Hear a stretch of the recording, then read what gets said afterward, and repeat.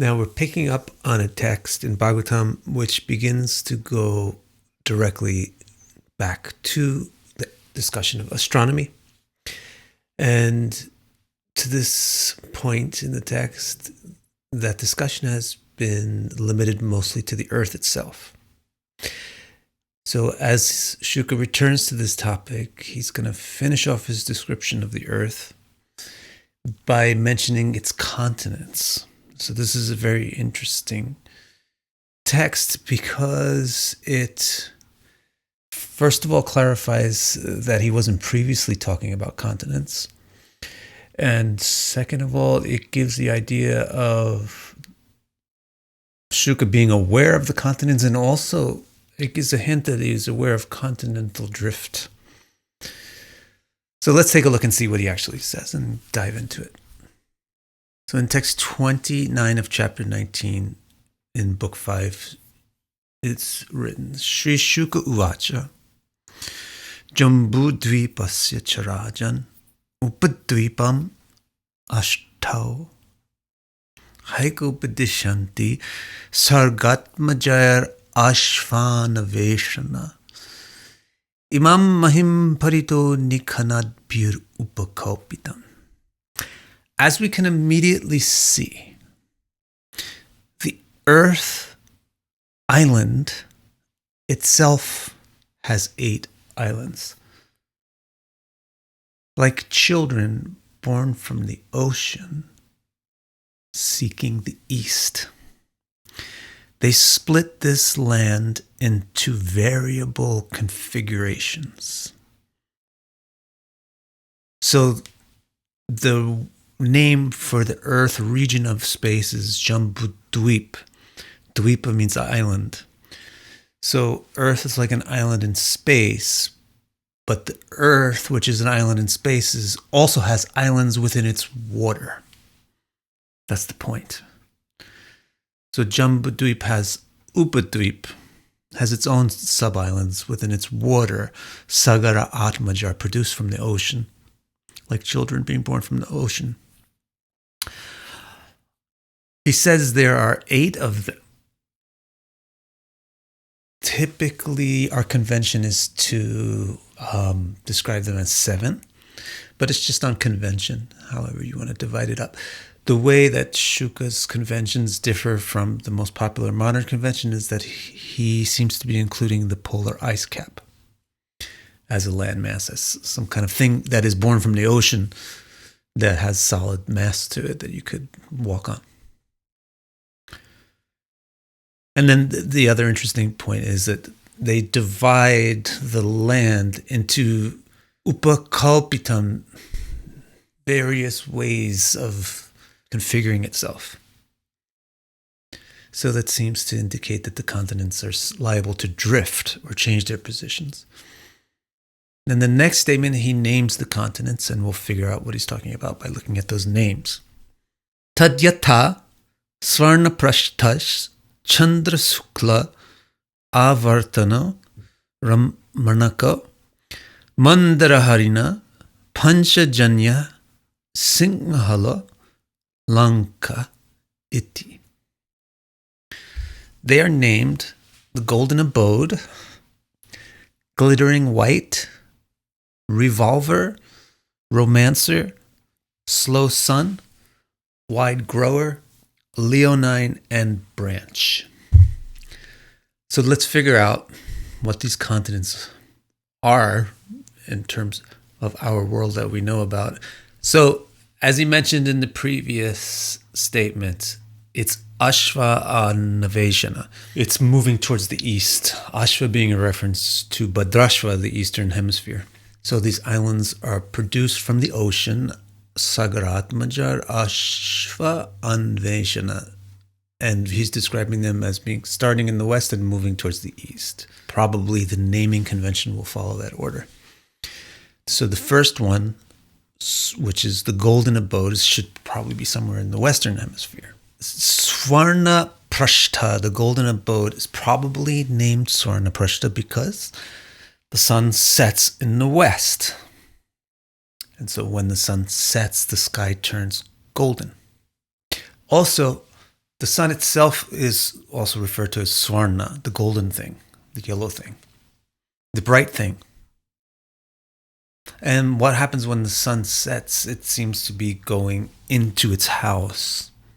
It seems to be going indoors. It comes out in the morning and it goes back in at night, right? So that's another implication of the word prastha. It also means the sun's abode, where it goes indoors. So when by setting, it appears to go indoors, and that's why the westernmost continent would be referred to as the sun's home. The golden abode also means the sun's home. So which continent is this? Well, there's two major continents on our globe in the Western Hemisphere. It could be either one of them. In chapter 16, Śuka previously identified the southern tropical region as golden, and he also described the latitude there in the south as Hemakuta, which also means gold source. So the golden abode seems to be a reference to the southwestern continent, which would therefore match up with South America. So the next one that he mentions is candraśukla, which means the glittering white one. So it seems like he's talking about a place that has a lot of snow, probably, right? In chapter 16, he had previously identified the northern temperate region as resplendent or shiny, hiranmaya. And he described the latitude there as shweta, which means white. So since he's starting in the west, and now he talked about the golden one in reference to his southern hemisphere stuff, and now the glittery one, the white one, is in reference to his northern western hemisphere. So that would be North America. And yes, North America has a lot of land that gets covered by snow. Now, if we follow this direction from southwest to northwest, we should wind up at the north. So the third item named on the list, the third continent named on the list is āvartano, which means the revolver. It's probably named the Revolver because this is a glacier. This is an ice cap. So it floats on the ocean. It's not rooted into the floor. So the name is appropriate because āvartano means it moves around or it floats. Also, another reason why this name would be appropriate is because if it's the polar region, this is where the directions themselves, āvartano, they flip. A third reason why this is an appropriate name for the northern continent, at the continent around the North Pole, is because that's what the world revolves around, the pole. If we follow this track, we can't immediately wind up at the west. We can't just keep going around the circle because west has to be last. So from coming up to the north, starting in the southwest, coming up to the northwest, coming to the North Pole, we can't directly go to the west because we still have 4 more continents to locate. And west will be the end. So let's instead just go straight down. His next item on the list is called ramaṇako, which means the romancer or the lover or something along those lines. So this should basically be found in the center of the map. And indeed, in chapter 16, Śuka identified the northern tropical zone as being romantic. He called it ramyaka. So it makes sense then that ramaṇako is in ramyaka. And he also described it as being night-like. It has the latitude called nila. So the romancer seems to be the landmass which is in the center of the map in this tropical region, and that would probably make it Africa. If we continue, we should then wind up at the South Pole. The next landmass would be Antarctica. If we continue the same kind of arc of our direction that we're moving with the list. And sure enough, the next thing on his list is called mandarahariṇaḥ, which means the slow sun. Slow sun seems like one of the easier names to figure out because it seems like an obvious reference to the Arctic. Because in the Arctic, days and nights slow down and they become up to 6 months long. So it does indeed seem that we're figuring this out. Mandarahariṇaḥ probably refers to Antarctica. Where do we go next? If we started at southwest and we came northwest, north, and then we came down to the middle, and then south. Now what? Now we can start to go towards the west.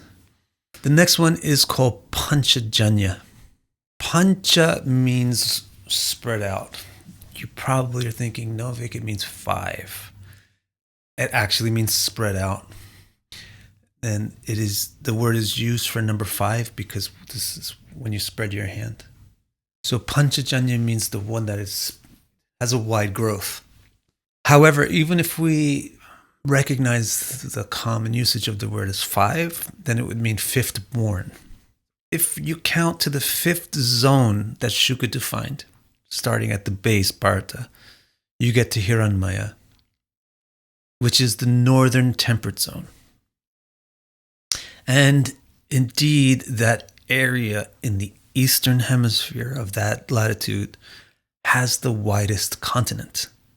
So he's probably talking about that, and that is not something that we currently identify as a continent unto itself, although sometimes it could be called Eurasia. So it's something like Eurasia, but it's the northern part of Eurasia. There's 2 continents remaining to identify. The first one is siṁhalo, which means like a lion. So this name probably refers to the place where the emperor sits and where the throne is, the seat of the government, because Simha refers to the lion, Simhasana is the throne. And we're not left with that much space. If the rest of our names were accurate, which it seems that it is, we basically have India left. So it seems that Śuka is considering South Asia as a continent and Northern Eurasia as a continent.